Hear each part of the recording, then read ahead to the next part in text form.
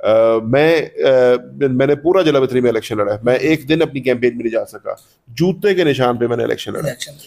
तो जब मेरे वालिद साहब की गिरफ्तारी हुई तो वालिद साहब जेल चले गए, मैं जलावतनी में चला गया, वालदा अस्पताल में थी, और वो एक बड़ा मुश्किल वक्त था। जैन भाई, ये बताइए कि बाप और बेटे का बड़ा एक ताल्लुक होता है, एक बड़ा रिश्ता जो है बड़ा अनमोल है। वालिद साहब जेल में है, ये अब मैनेज फैमिली में कैसे इस वक्त जज्बात हैं?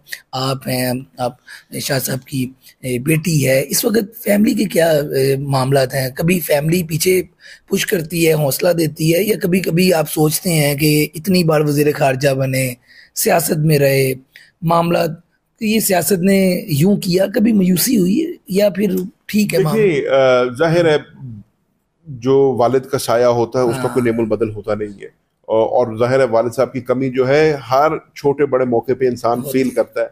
बट मैं अपनी फैमिली को भी क्रेडिट दूंगा, सबसे ज्यादा अपनी वालदा को क्रेडिट दूंगा कि हमने बड़ा मुश्किल वक्त देखा। आपको याद है 9 मई वाले दिन हम कराची में थे और मेरी वालदा की सर्जरी थी आगा खान अस्पताल में, इसलिए हम किसी जलसे जुलूस के अंदर नहीं थे।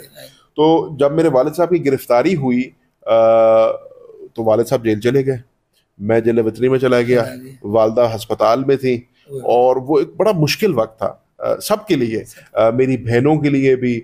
उन्होंने वालदा को संभाला, मेरी बीवी ने, इन्होंने बड़ा रोल अदा किया उसके अंदर। वालदा की मुश्किलात अपनी जगह पे, वालिद की मुश्किलात अपनी जगह पे, हम जो दरबदर अपनी जगह पे, बहुत टफ था। लेकिन अल्लाह ताला की ज़ात ने जो है हिम्मत भी दी, अल्लाह ताला ने इस्तेकामत भी दी, और क्योंकि आपका जो है मकसद अपनी ज़ात से बड़ा है, क्योंकि आपका जो है गोल आप अपने से बड़ा है, तो फिर अल्लाह ताला ताकत भी दे देता है। लास्ट पे ये बता दीजिएगा, क्या शाह साहब मैसेज क्या देते हैं फैमिली को, आपको, मुल्क को, और क्या आगे मैसेज क्या है? शाह साहब से हमारी हर मंडे को मुलाकात होती है, 20 मिनट की मुलाकात होती है, और हर वो फैमिली में गुफ्तगू क्या होती है, फैमिली से मुतालिक भी और बाहर सियासी मामला? यकीनन शाह साहब का ये है, अखबार पढ़ने के बड़े शौकीन है, तो उनको सारी खबरें पहले से पता होती हैं। ये नहीं कि हम जाके बता रहे हैं कि आज ऐसे हुआ या वैसे हुआ, बजट में ये हुआ वो होता है, तो फिर वो उसमें सवाल जवाब खान साहब से भी तो बड़ी बातचीत होती होगी ना उनकी, अंदर दोनों मौका मिलता है? नहीं, खान साहब से नहीं होती, उनको अंदर मिलने की इजाजत नहीं है। अंदर उनको मिलने की इजाजत नहीं है, वो जेल के 2 फर्क कोनों में है, और सिर्फ जब पेशी पे आते हैं तो मुलाकात होती है, अदरवाइज उनको मुलाकात की इजाजत नहीं है। सहूलियत क्या दी हुई है शाह साहब को? जैसे खान साहब की आई थी एक कमरे की तस्वीर, की कूलर है और बड़ा छोटा सा कमरा है, शाह साहब के साथ क्या मामला है? नहीं, उनका तो वही बेसिक सेल है, उसमें ऐसी कोई सहूलियात नहीं है, कूलर भी नहीं है, और नॉर्मल मामला। जो बार बार लोग कहते हैं ना कि खान साहब को कूलर दिया हुआ, कूलर दिया हुआ, हकीकत ये है कि अडियाला जेल के अंदर आज भी 16 घंटे की लोड शेडिंग हो रही है। तो कूलर देखने के लिए अच्छा है, तस्वीर में बहुत अच्छा लगता है कूलर, लेकिन अगर 16 घंटे वो कूलर चलेगा ही नहीं, बिजली नहीं होगी, तो कूलर किस काम का? कूलर किस काम का? लास्ट में नवाज शरीफ साहब खामोश हैं बड़े, तो आपको क्या लगता है कि खामोशी?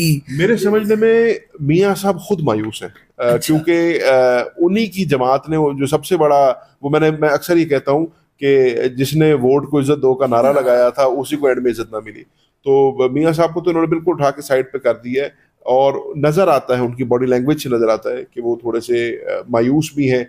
जो इन्होंने बजट पेश किया है, इसमें हम सुन रहे थे कि जी रिलीफ बजट होगा, रिलीफ बजट होगा, रिलीफ का नामो निशान नहीं इस बजट में। इस मुल्क के आपने जो तनख्वाहदार क्लास है, जिस मुल्क का जो सनतकार है, इस मुल्क का जो मजदूर है, इस मुल्क का जो किसान है, जितने भी तबकात हैं, आपने उनके ऊपर इतना प्रेशर डाल दिया है, इतना बोझ डाल दिया है, नए टैक्सेस डाल दिए हैं।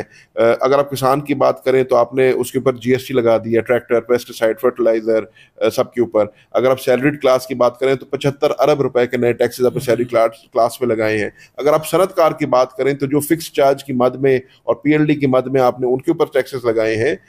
मुल्क की मईशत का पहले बड़े नाजुक मोड़ पे खड़ी है, इसके ऊपर आई थिंक मुस्लिम लीग नून की, और फिर एक तरफ उनके ऊपर आप टैक्सेस लगा रहे हैं और अपने आप को मरात दे रहे हैं। तो इसका जो इमेज अवाम में गया है वो बड़ा बुरा इमेज गया है। आप लॉन्ग मार्च कब निकाल रहे हैं, और लॉन्ग मार्च और सियासी तौर पे बताएं, सियासी तज्जिया अपना, कि कब आपको लगता है कि रिहाई हो जाएगी कोई, या आपको लगता है कि अभी इस्टेब्लिशमेंट का मूड नहीं है उनको बाहर निकालने का, अंदर ही काफी देर और मजीद गुजारेंगे? देखिए, जहां तक तो बात है तैयारी की, तो तैयारी तो हमारी मुकम्मल है। हमें सिर्फ इशारा चाहिए इमरान खान साहब का। पूरी जमात और आवाम, मुल्क का किसान, मैंने आपको पहले बताया, सब जो है इस वक्त फटने को आए हुए हैं। लेकिन ये फैसला इमरान खान साहब की ज़ात का है और ये फैसला इमरान खान साहब ने करना है।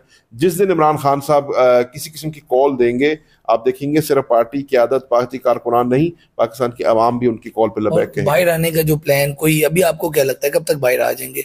कोई अली भाई, इसका कोई मतलब जवाब है नहीं। जवाब नहीं है। आने को कल सुबह आ सकते हैं, अगर आईनी तौर अगर पे आप आइन और लोग, कानून हाँ, फॉलो हो। और उनको, अब आप देखें, इद्दत केस के अंदर उनकी बेल बनती थी, नहीं दी गई नहीं और दी। टेक्निकलिटी पे नॉकआउट किया गया। तो आना चाहे तो कल सुबह आ सकते हैं, और ना लाना चाहे तो फिर इनके पास 100 हरबे और 100 तरीके उनको ना लाने के। लेकिन अगर ये हुकूमत वाकई ही रिकन्सिलिएशन चाहती है, अगर ये हुकूमत वाकई ही मफाहमत चाहती है, तो मैंने अक्सर कहा इस हुकूमत की कॉल और फेल में फ़र्क है। इनको कोई ऐसा CBM दिखाना होगा, कोई ऐसा कॉन्फ्रेंस इशारा बिल्डिंग मेजर, मतलब देना होगा। कुछ इशारा देना होगा। और मेरे समझने में उसमें सबसे अच्छा होगा जो पाकिस्तान तहरीक इंसाफ की खवातीन जेलों में पड़ी हैं, जो नौजवान जेलों में पड़े हैं, जो बुजुर्ग जेलों में पड़े हैं, कैंसर पेशेंट्स हैं उनके अंदर, हाँ। अलील लोग हैं उनके अंदर, उनको रिहा करें। आज साल से ऊपर हो गया है, उनके खिलाफ कोई एविडेंस नहीं आया, उनके खिलाफ कोई आपके पास प्रूफ नहीं आया। तो उनको बाइज्जत तरीके से उनके घरों को भेजें। हमारे कायदीन जो आज जेलों में बंद हैं उनको घरों को भेजें, और इंशाल्लाह उसके बाद फिर कोई बात, सैर हासिल गुफ्तगू हो सकती है।